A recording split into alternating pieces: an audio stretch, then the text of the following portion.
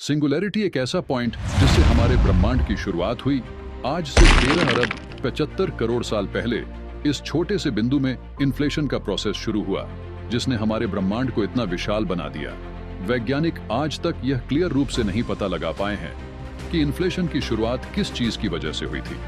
ऐसा माना जाता है कि एक विचित्र वैक्यूम एनर्जी ने हमारे ब्रह्मांड को 1 सेकंड के अंदर 10 टू डी पावर 78 के फैक्टर से एक्सपेंड कर दिया था।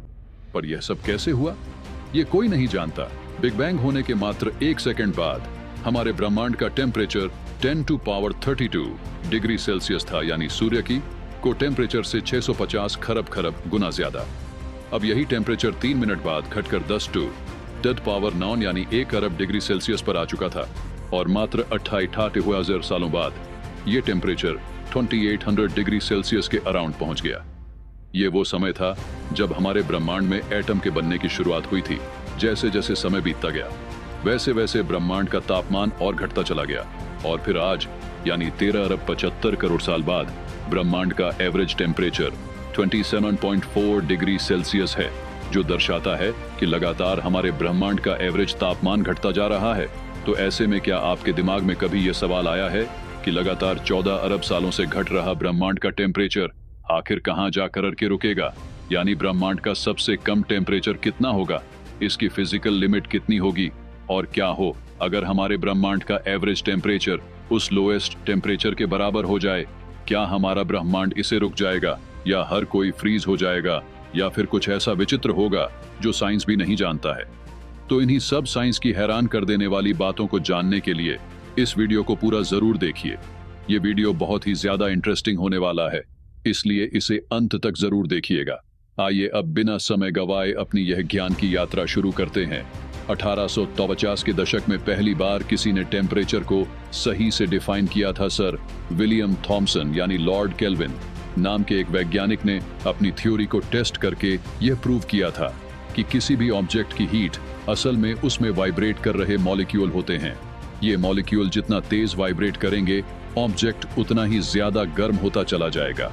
अगर इस वाइब्रेशन को स्लो डाउन किया जाएगा तो ऑब्जेक्ट का तापमान घटने लगेगा। विलियम थॉमसन मैटर को जितना ठंडा हो सके उतना ठंडा करना चाहते थे।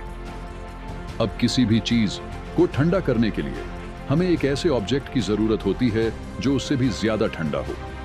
हम खाने की चीजों को ठंडा करने के लिए रेफ्रिजरेटर्स का इस्तेमाल करते हैं। फ्रिज के अंदर मौजूद गैस के मॉलिक्यूल खाने में मौजूद हीट एनर्जी को एब्जॉर्ब कर लेते हैं।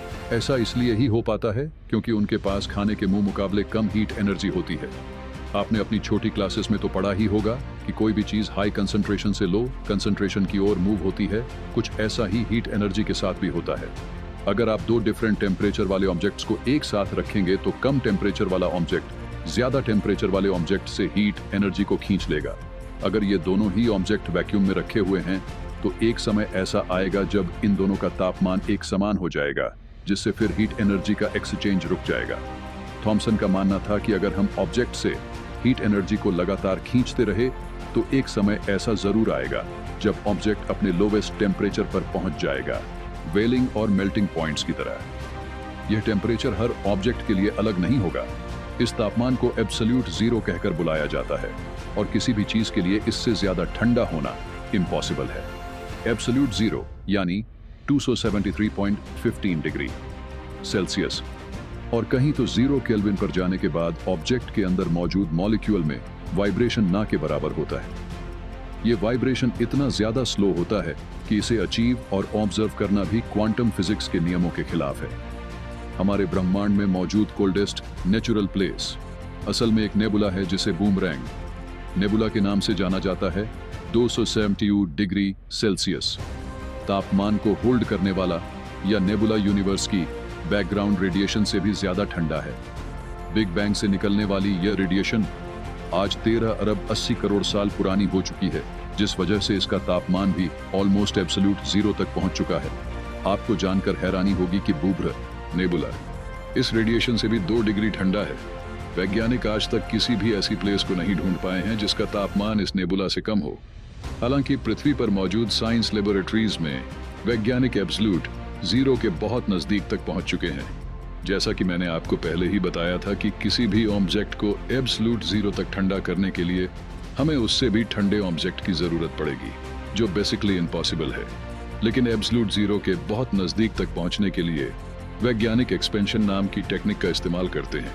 जैसा कि हम सब जानते हैं कि गैस में मॉलिक्यूल मौजूद होते हैं जो बहुत हाई फ्रीक्वेंसी पर वाइब्रेट करते हैं। अगर इन मॉलिक्यूल को एक दूसरे से अलग किया जाए तो इनकी वाइब्रेशन में एक बड़ी गिरावट देखने को मिलती है।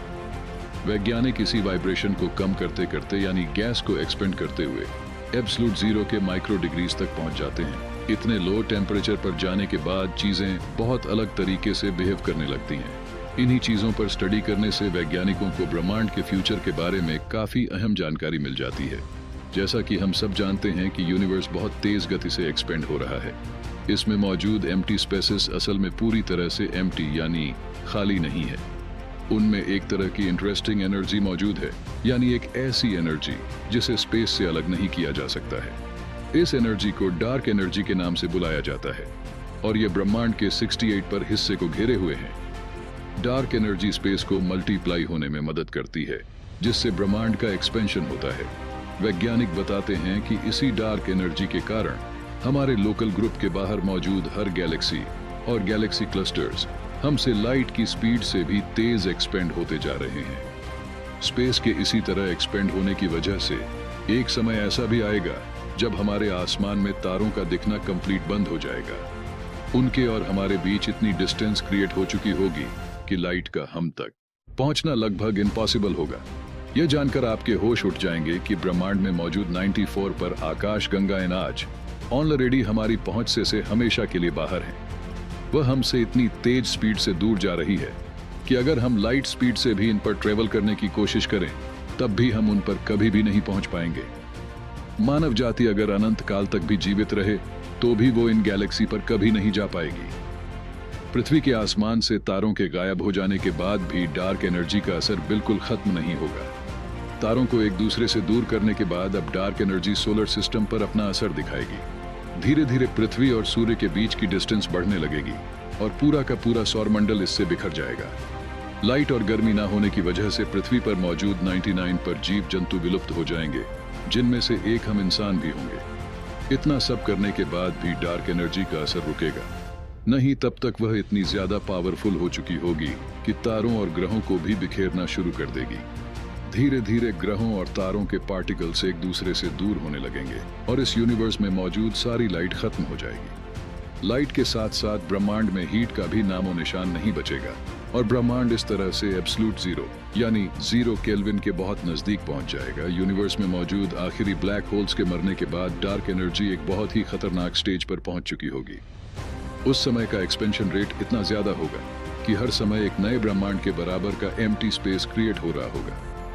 यूनिवर्स का तापमान घटते घटते एक समय ऐसा आएगा जब वह एब्सोल्यूट जीरो तक पहुंच जाएगा और तब ब्रह्मांड पूरी तरीके से शांत पड़ जाएगा। यह ब्रह्मांड की मृत्यु होगी, जिसे वैज्ञानिक हीट डेथ या बिग फ्रीज कहकर बुलाते हैं। हालांकि इससे आपको घबराने की जरूरत नहीं है। ऐसा होने में अरबों खरबों साल लग जाएंगे, जो कि इंसान की लिमिट से बहुत ज्यादा है। हमारे ब्रह्मांड का अंत होना तो निश्चित है, पर ऐसा आने वाले कई अरबों खरबों साल तक नहीं होगा, इसलिए हमें घबराने की कोई जरूरत नहीं है। लेकिन मैं आपको एक ऐसे सिनेरियो पर ले जाना चाहता हूं जिससे आपको एब्सोल्यूट जीरो के बारे में और ज्यादा पता चल जाए। तो आइए इस सिनेरियो को एक्सपीरियंस करने के लिए हम पृथ्वी पर 5 सेकंड के लिए एब्सोल्यूट जीरो के बराबर का टेम्परेचर कर देते हैं और फिर देखते हैं कि इस टेम्परेचर पर आखिर पृथ्वी और हमारा क्या होगा। पृथ्वी पर आज तक का लोवेस्ट टेम्परेचर 1983 में अंटार्कटिका पर रिकॉर्ड किया गया था 184 केल्विन यानी 89.2 डिग्री सेल्सियस का यह टेम्परेचर एब्सोल्यूट जीरो के नजदीक भी नहीं है। वैज्ञानिकों के मुताबिक रूम टेम्परेचर पर पार्टिकल्स के मूव होने की एवरेज स्पीड 1800 किलोमीटर प्रति घंटा होती है। जैसा कि मैंने आपको पहले ही बताया था कि टेम्परेचर का डायरेक्ट रिलेशन एक ऑब्जेक्ट में मौजूद पार्टिकल्स की काइनेटिक एनर्जी से होता है। पार्टिकल जितना तेज मूव करेंगे, ऑब्जेक्ट का तापमान उतना ही ज्यादा होगा और जैसे जैसे पार्टिकल की गति कम होती जाएगी, वैसे वैसे ऑब्जेक्ट का तापमान भी घटता चला जाएगा। पृथ्वी पर 0.001 केल्विन यानी वर्ष से भी करोड़ों अरबों गुना कम टेम्परेचर पर पार्टिकल्स की एवरेज स्पीड 0.18 किमी पर आवर हो जाएगी। रूम टेम्परेचर से 1000 गुना कम स्पीड होने की वजह से पृथ्वी पर होने वाला ऑलमोस्ट हर केमिकल रिएक्शन रुकने की कगार पर होगा। अब यह सुनने में भले ही भयानक ना लगे, लेकिन मैं आपको याद दिला दूं कि हमारा शरीर भी केमिकल रिएक्शन की वजह से ही फंक्शन कर पाता है। हमारे ब्रेन में अब वो न्यूरॉन्स मौजूद हैं जो एक दूसरे से कम्युनिकेट करने के लिए केमिकल रिएक्शंस का ही इस्तेमाल करते हैं। तापमान के घटने का मतलब होगा इन केमिकल रिएक्शंस का ऑलमोस्ट स्टॉप हो जाना और हमारे ब्रेन और बॉडी का फंक्शन ही ना कर पाना।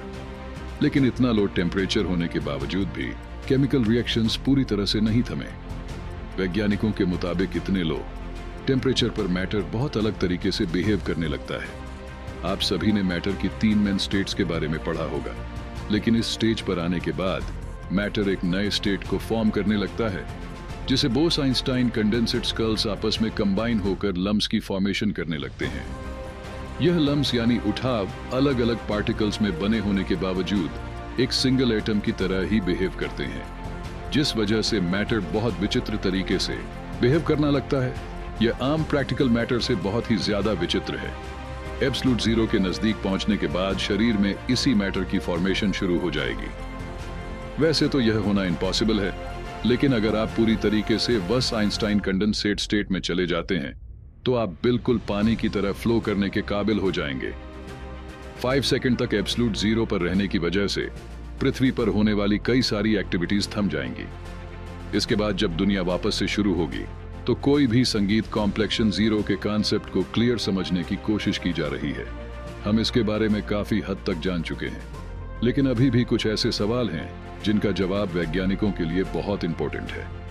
दोस्तों, आज के इस वीडियो के लिए बस इतना ही। आपको वीडियो कैसा लगा और किस पार्ट ने सबसे ज्यादा हैरान किया, मुझे कमेंट करके जरूर बताएं।